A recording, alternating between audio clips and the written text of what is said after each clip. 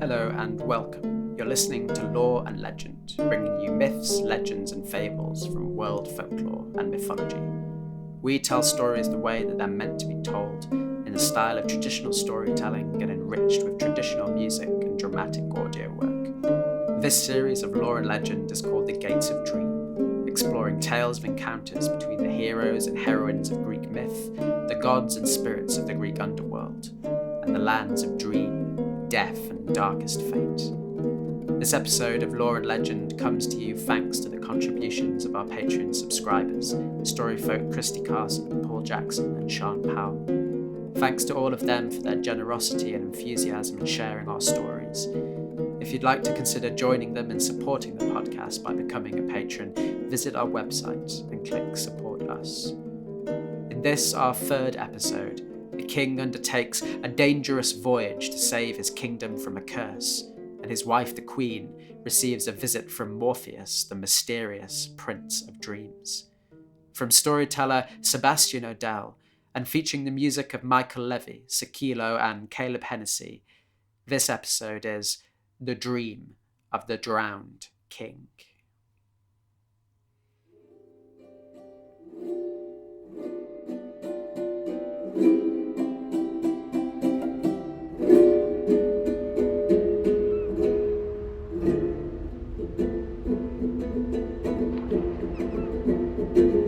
At night, the dreams flood across the waters. From the gates of the sun, they spread out over the eastern sea, and unseen, they cross the northern plains and finally spill out across the Aegean.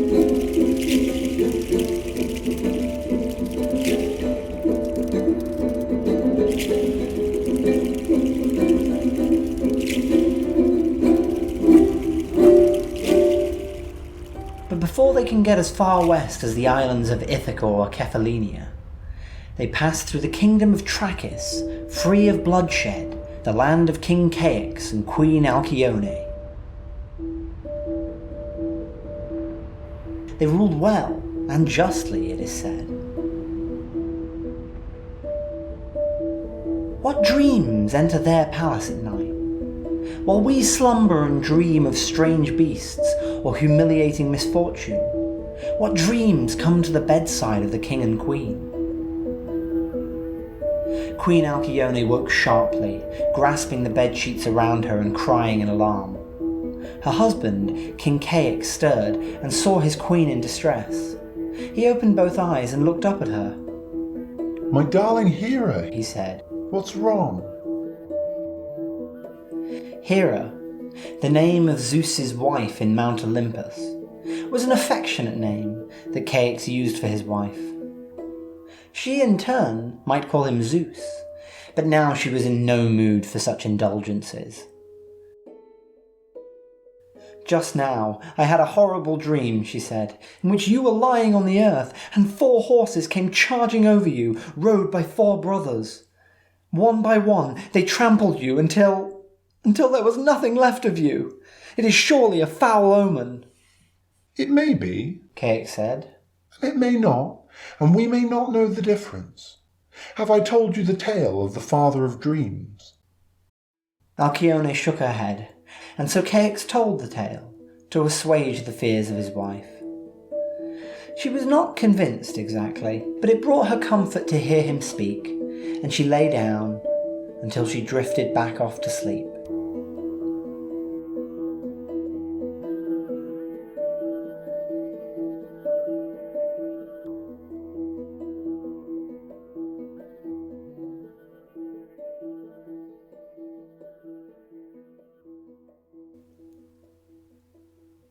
Queen Alkyone stood looking out to sea. The light was failing, and she could see very little past the traces of land before her. She had seen no ships, though she had stood here since the sun rose above the water. Now the last of the day's clouds thinned and departed, and revealed the full moon. The second moon to have waxed to its height since her dream, and since her husband had left her here on the shore. He had given his word he would be back before today. My warnings were not for nothing, bold Ceyx, she thought. Were there not enough omens for you to see what lay ahead? For her pride, Ceyx's niece Alkyone had been struck down by Diana, and in grief her father Daedalion had thrown himself from a cliff, only to be transformed miraculously into a hawk as he fell. Ceyx had known of these things. In fact, it was because of them that he had set to sea to consult Apollo's oracle for clarity on his family's plight. Had these been ordinary times, he would have sought the wisdom of the great oracle at Delphi, which was only a short distance overland. However, that way was now controlled by bandits, and so he had sailed for Claros in the lands of Ionia. It was a dangerous journey, for he had to venture far from the sight of shore, out on the black waters of the Aegean Sea. In the face of these dark signs, it was nothing short of reckless. And then there was the dream. When Ceyx told her his intent, Alkyone realized that this was what her dream had been warning of. Those 4 horses were the 4 winds, the winds that would seize and destroy his ship when out at sea. She begged him not to go. "Don't think that you're safe," she had cried, "just because my father is Aeolus, god of the winds. I know the winds better than anyone.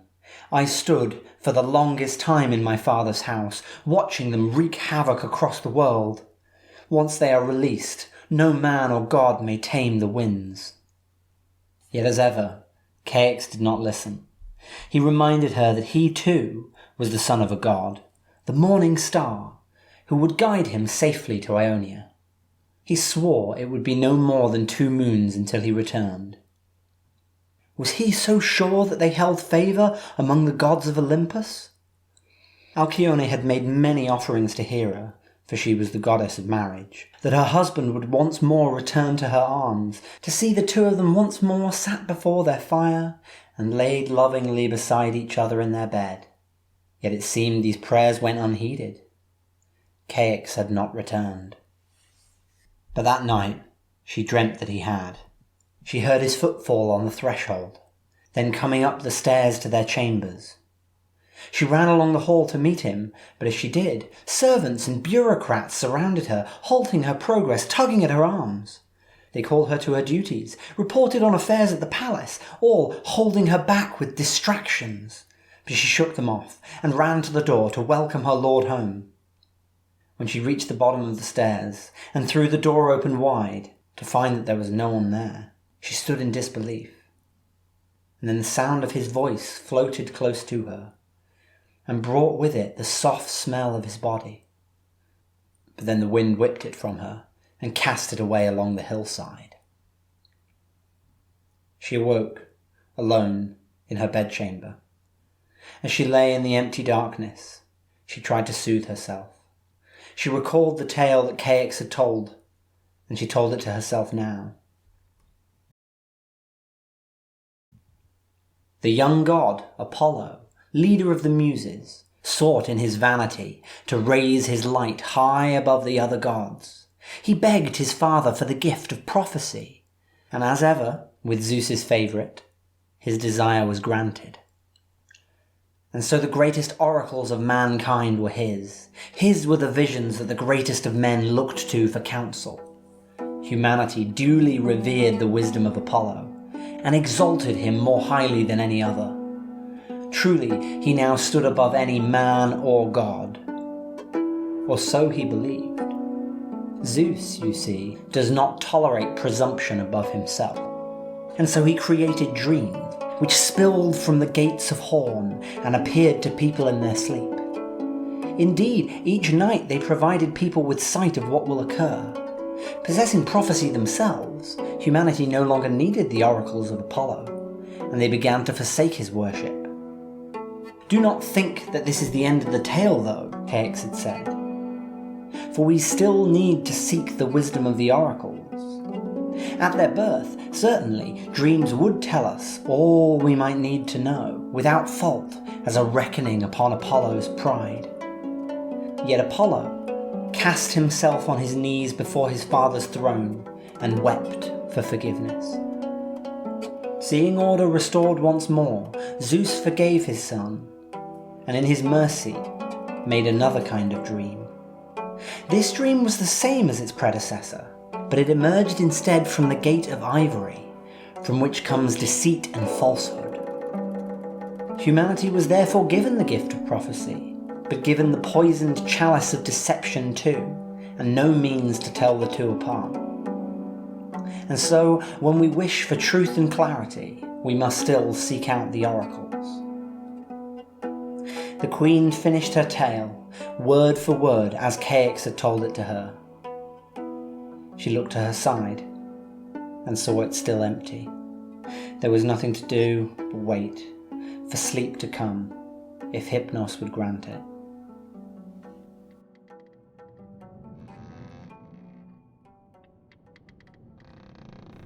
When Ceyx began his journey, it had seemed that all was well. A bright sun shone in the sky, the water was calm. He took it as a sign that Poseidon gave blessings to his voyage. He smiled indulgently when he thought of his wife's fears. But perhaps Poseidon was merely luring him out. Gradually, the ship pushed on, away across the Aegean, until the land was far from view, until they were out in the great open sea. The day waned. The night stars took up residence in the sky. Then, only then, the winds arose. They blew foul and they would not be placated. They came from the north, and then from the south, and from east and west alike. The waters churned, waves of great size began to form and roll beneath the ship. The crew shipped their oars, they took in sail, but the storm was so violent and unpredictable that the captain soon had no idea what orders to give. Ceyx beseeched Zeus, father of storms, to calm the sky and seas. His prayer was heard. But Zeus remembered how this petty king had elevated himself, mocking the dominion of the gods. He had insisted that his wife call him by no name lesser than that of Zeus himself. So Zeus stood aside and did nothing. "What is the matter?" he called. "Can't the Lord of Storms even calm those around his own ship?" So the storm raged. The sea rose so high it seemed to break the barrier with the sky, or maybe the sky itself had fallen into the waves. The ship sank into the eye of a terrible maelstrom. The sailors could no longer fight the unceasing wrath of the waves, and the ship was tossed, turned, and finally cut apart. Ceyx clung to a chunk of the deck that had been torn off and thrown haphazardly into the driving waters. He was borne on by lashing torrents, barely able to see in front of him. He had no means to reach the ship, no ship left to sail, and no earthly direction he could possibly sail in. He didn't even know up from down, and couldn't have guessed which way it was to his home in Trachis. He thought of Alkyone, and grief washed through him, that he should die so far from her arms. Just as the final wave rose to overwhelm him, he offered a final prayer to Poseidon. He had nothing. He was at the mercy of the god, but he pleaded that his body should find its way back to Trachis, to the arms of his wife. And then darkness and driving water.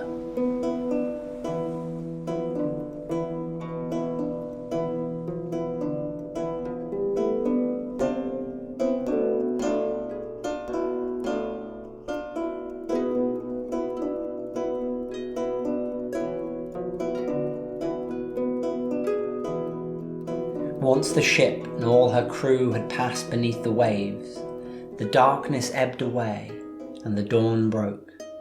The morning star rose in the sky and took a single look at the wreckage. Because he could not leave the sky, he cloaked himself in cloud and hid himself from view.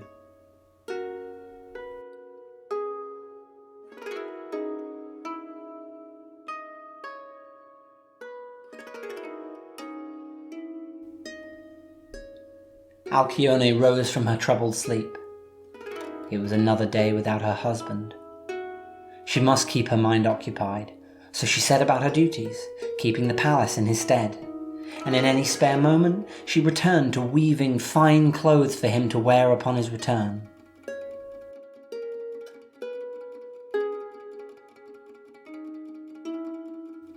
The uncertainty was the worst part. Would she wait another week or another year? If he died, or pirates seized his ship, would she ever hear of it? She could not keep these thoughts at bay forever. They would worm their way in until she couldn't carry on her work. All that she could do in these times was to have the servants prepare an offering to the gods, praying for his return. To her father, Aeolus, to still his winds. To Poseidon, to make peaceful the crossing of the Aegean. Most of all, though, still, to Hera for the return of her marriage as it should be, lord and lady at home together. To these gods she burned fine incense, to waft its way up through the air until it found its way to Mount Olympus, where it would sweeten the air they breathed, that they would know that Queen Alkyone had brought this sweet savour to them. They must pause and consider her plight, and make sure that she was not forsaken in her hour of need.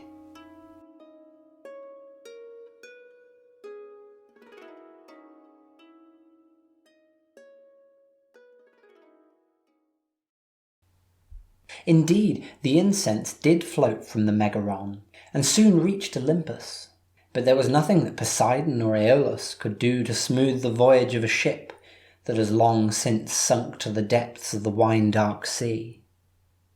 Hera too heard her prayers, just as she had long before Ceyx's tragic fate. But as Zeus had for the hapless king, Hera remembered Alkyone's presumption to have taken her name. "If you truly are the goddess of marriage," Hera mocked, "bring your husband home yourself. Truly you could not stop him leaving to begin with."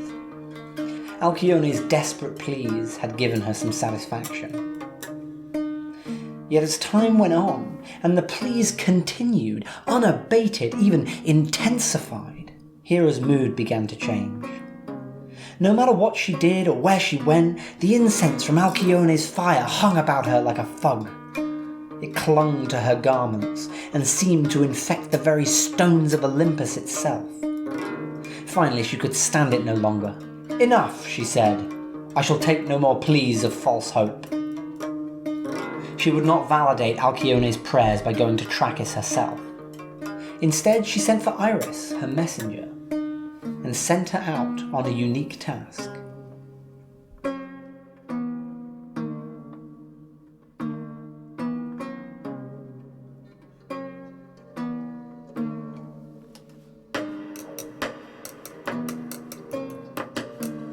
Somewhere, on the outer edges of creation, near to the land of the Cimmerians, a long dark cave stretches down into the earth. At its mouth, where herbs and poppies grow, the land waits in near dark. Mist clings to the edges of the water. Dawn hovers nearby, but the earth never wakes with the activity of life. The abiding quiet gave way to profound silence as Iris stepped into the cave. All the sounds she had not noticed, the wind on the hillside, the waves lapping at the rocks, all dropped away. The air was heavy with the dust you brush from the corners of your eye each morning. Iris travelled through it, and it weighed upon her eyes, lulling her down towards sleep. Just as all noise had vanished, the silence absolute, a very faint sound began in the cavern's depths, the slow, rhythmic trickle of the Lethe. Iris listened, and everything else seemed to fade away.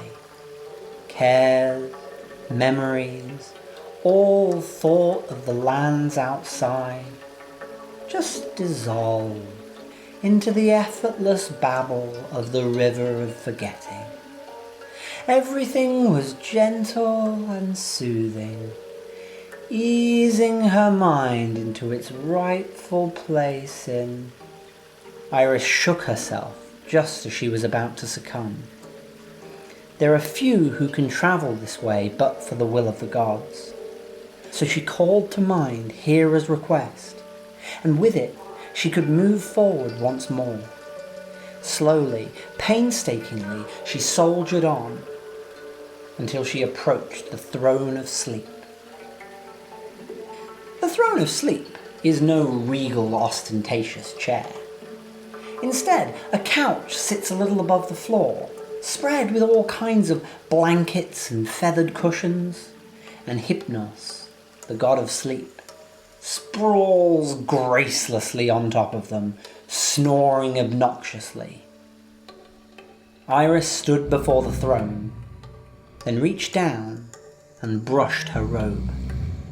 Dreams, unseen in the darkness, fell from it.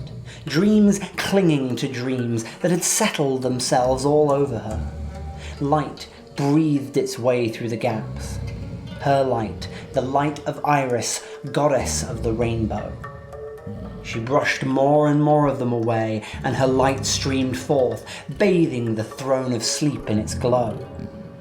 Hypnos, she calls.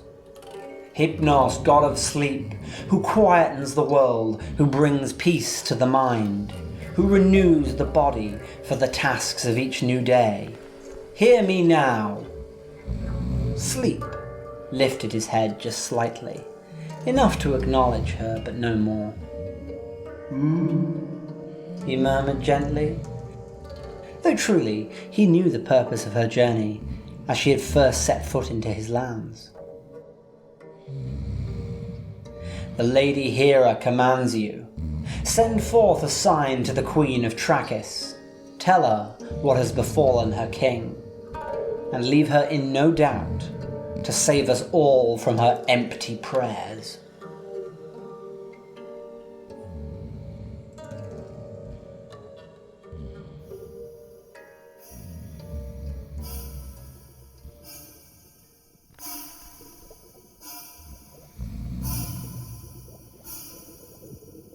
Queen Alkyone turned over in bed. She looked down at the foot of the bed and cried out twice. Her first cry was for joy, because her husband was stood before her. No question this time, no sounds misheard halfway across the palace. Him, in his full form. Her next cry was of horror. Ceyx was pale. His eyes showed no sign of life, though they were fixed directly upon her. His limbs hung from him, the muscles of his face held no expression. He looked less like a man than a poor imitation of one. Water dripped from his hair, his beard, onto his chest and arms and ran in rivulets until it streamed to the floor or onto the bed covers. He wore nothing, but strands of seaweed clung to his body and draped across his forehead. Queen Alkyone was not ready for this. She backed away from him on the bed, drawing the covers up to her. "You are a false vision," she cried, turning from him and trying to still her rattling heart. "This is a dream, and there are many falsehoods in dreams, for it is the will of Zeus that only oracles..." But then Ceyx spoke. Has death changed me so much that you don't know your own husband? Ceyx demanded. Please, I am dead. Do not ignore me the last time we shall ever meet in these lands. His voice was unmistakable. She would have recognized it from the far side of a crowded hall. Despite her best efforts to cling to any shred of doubt, it fled from her mind. She turned round to look at him. There is no other way to tell you, so listen to me now. A storm came while we were out in the depths of the Aegean. The ship is lost, and me with it. You must not live in false hope, Alkyone. None of your prayers can ever bring me home. Now go, prepare my funeral rites. Do not let me go to Tartarus unmourned.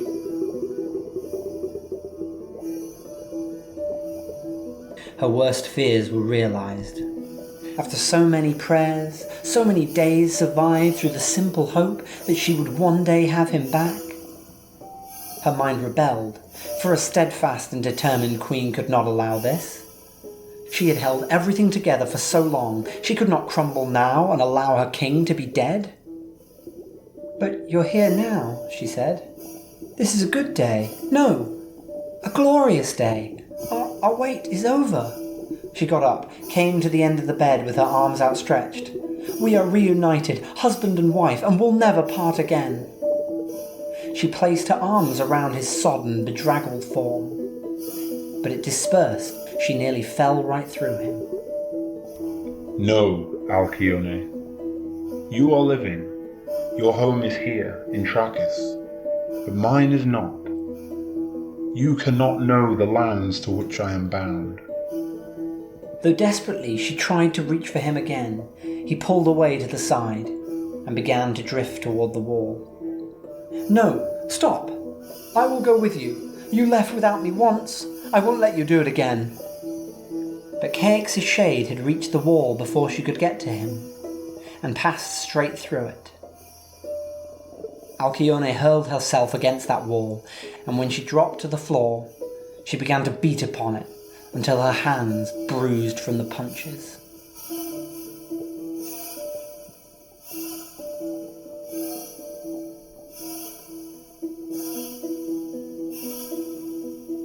The shade drifted outside the palace. Once out into the fields, he shook off the form of Ceyx and let it float off into the winds. He coughed, and the king's voice followed the apparition away. Then Morpheus, son of Hypnos, assumed his wings once more. The sons of sleep can imitate many forms, but none can take the form of men like Morpheus, and weave a dream as lifelike as the shade of Ceyx just was. There was a reason his father had picked him, of all his brothers, to carry the message to the queen. Noiselessly, he rose to the sky and returned to the lands of his father.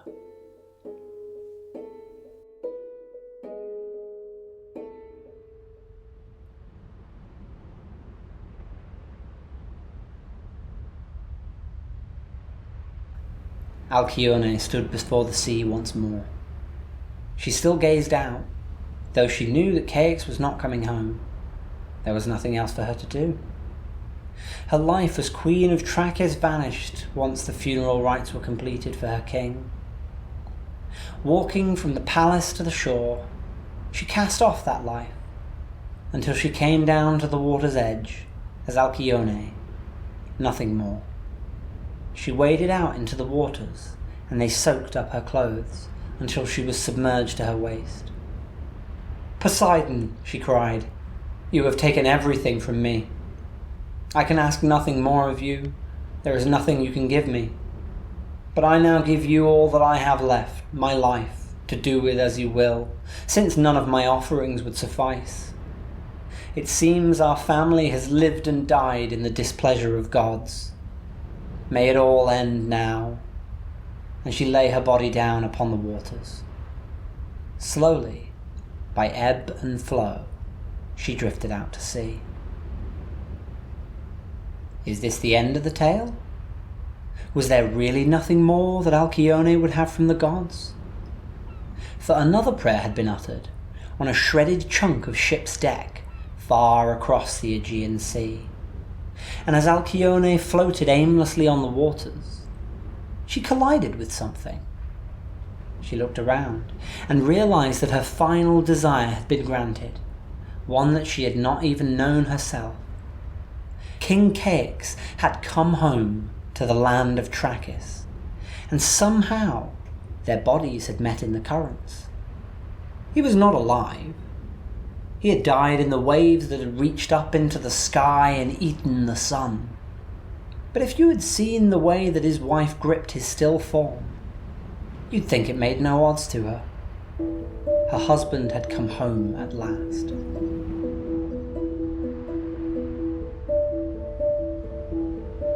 Had you been stood on the shoreline, you would have seen something odd happen just then.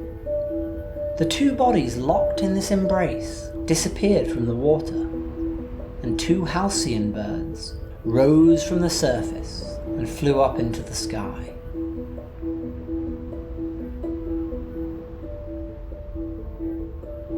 Maybe you would have wept. Maybe you would have rejoiced. Or maybe you would have shook your head and said that clearly, this must just be the way with this family.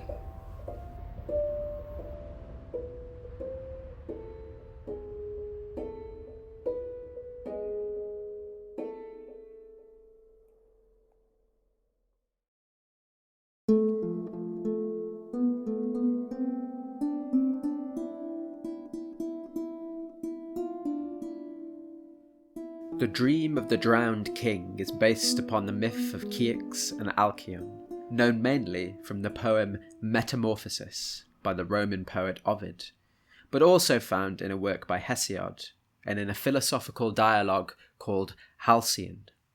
In the medieval period, a version was told by Chaucer in his Book of the Duchess.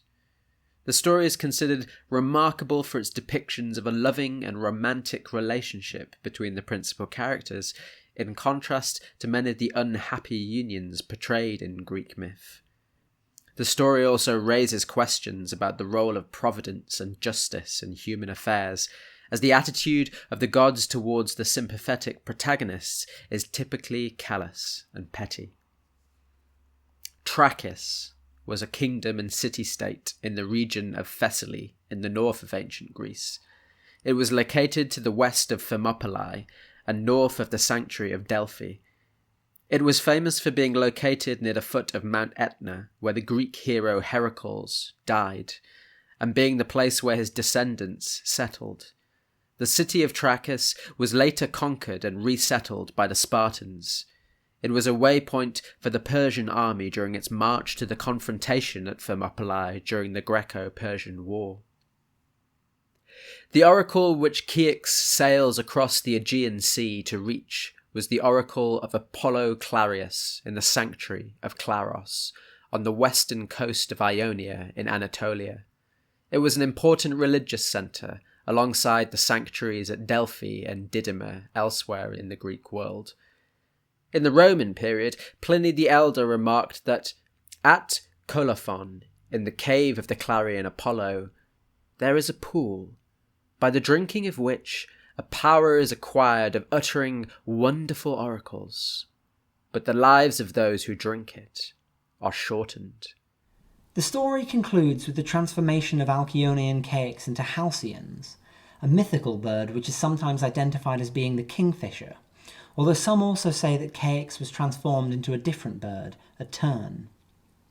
The ancients believed that the halcyon made a floating nest of fish bones in the Aegean Sea, and that Aeolus calmed the waves while the halcyon was brooding over her eggs. The halcyon would lay its eggs over 7 days and brood on them for the other 7. The earliest sources stated that these days lay either side of the shortest day, the winter solstice, and would bring 14 days of calm weather. The Greeks called these the halcyon days. In Ovid, the transformation occurs as Ceyx's body washes toward the shore of Trachis.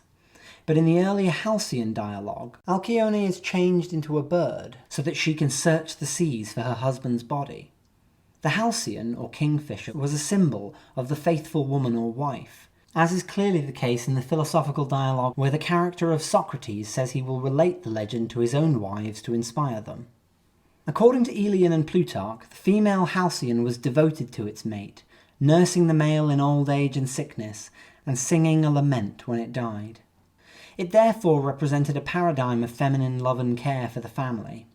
Speaking of the halcyon's nest, Plutarch writes, "Of many possible forms, this alone cannot be capsized or even wet its cargo." Although the halcyon days of the Greek myth originally only symbolised a temporary respite from the storms of the sea, the phrase halcyon days has become a symbolic term in itself to describe any prolonged period of peace and prosperity. This episode also includes a variant of the story about the origin of dreams we heard in the last episode, where they were birthed by Mother Earth, but confused by the decree of Zeus. Having heard the matriarchal origin of dreams from Penelope, this episode sees King Ceyx offer a different, patriarchal version, in which Zeus is responsible both for creating true dreams and then false dreams to teach his son a lesson. This is a version of the story which is found in the fables of Aesop, and is a good demonstration of the way in which stories about the new gods were always usurping and overwriting the powers and narratives about the older, more primal gods, so that Zeus came to be the creative and ordering power at the centre of the Greek cosmos, a power which is wholly male and patriarchal. When the Mycenaeans came to dominate Greece, they explained the decline of the older gods within their myths, as resulting from their overthrow by Zeus and the Olympians. Subsequent to this, some of the older gods seemed to be imprisoned, while others persisted but with reduced sovereignty or significance. The gods of death, sleep, and dream were described in the cosmogonies as direct descendants of these primordial gods, and often their powers and offices seem to have been co-opted or assimilated into the power of the Olympian gods. Hypnos was lord of the realm of sleep, but often it is Hermes who actually wields the power of sleep over mortals, and comes to collect the souls of the dead. Hypnos was also brother to Thanatos, the god of death, and that god too was eclipsed by Hades as ruler of the underworld. We also meet Morpheus in this story, depicted as the most important dream spirit. The Greek word Morpheus meant form or shape, and was used for the god by Ovid, although there are no prior sources for this name for the god of dreams. While in other Greek myths there is only one god of dreams, or Nairos, in the Metamorphoses, Morpheus is one of a triumvirate of dream gods, Morpheus, Isolus, and Phantasos. These spirits have the power to create different kinds of illusions, humans, animals, and inanimate objects respectively. Morpheus was preeminent among them as a dream messenger, as the god who could take on the form of shades or oracular authorities. In a link with the gates of dream, Morpheus was sometimes described as carrying a horn from which he would dispense dreams. A description in Richard Burton's Anatomy of Melancholy described the god as wearing a black and white cloak and keeping 2 boxes of dreams, of which one was made of horn, the other ivory. In some ways, the appearance of Morpheus in the shape of Ceyx is an anomaly, because of its illusory nature. Elsewhere in Greek myth, the dead do appear to the living in sleep, but this is usually described as a genuine visitation from the shade of the departed person. A famous example of this is the appearance of Patroclus to Achilles after his death in the Iliad. Visitations from gods or real individuals who bore important messages to the sleeper were commonly reported in the ancient world. The historian William Harris argues that this epiphany style of dream has gradually been lost over time as the role of dreams has changed in our culture, gaining naturalistic explanations instead of needing to invoke visits from spirits, and as we expect less and less that gods will come to deliver messages to great men. However, the illusion spun by Morpheus does play on the commonly ambiguous nature of dreams and phantasms in these myths, as appearances which may be real or deceptive. In Erebus, part of the Greek underworld, dream spirits mingle with the shades of the dead themselves, who are often said to have a dreamlike nature and appearance, blurring the distinction between the two. Another minor messenger deity, Iris, appears as Hera's handmaiden in this myth. She was a goddess of the sky and sea, and was thought to bear water up from the oceans to the sky and replenish the rains. The Greek word iris for rainbow was close to the word eris for messenger. The idea that Zeus ignores Ceyx's plight, and Hera sends her message to Alkyone simply because they are irritated by the humans, plays into the idea often seen in Ovid that the gods are indifferent to our lives, and their motivations are both arbitrary and selfish. But another way of seeing this episode is precisely as a story in which the gods enforce the cosmic order, by ensuring that the queen can appropriately mourn her dead husband, and perform the necessary funeral rites which the dead require to pass into Hades. The gods are shown as fickle, quick to punish hubris and transgression, but in the end may also be seen as capable of belated compassion.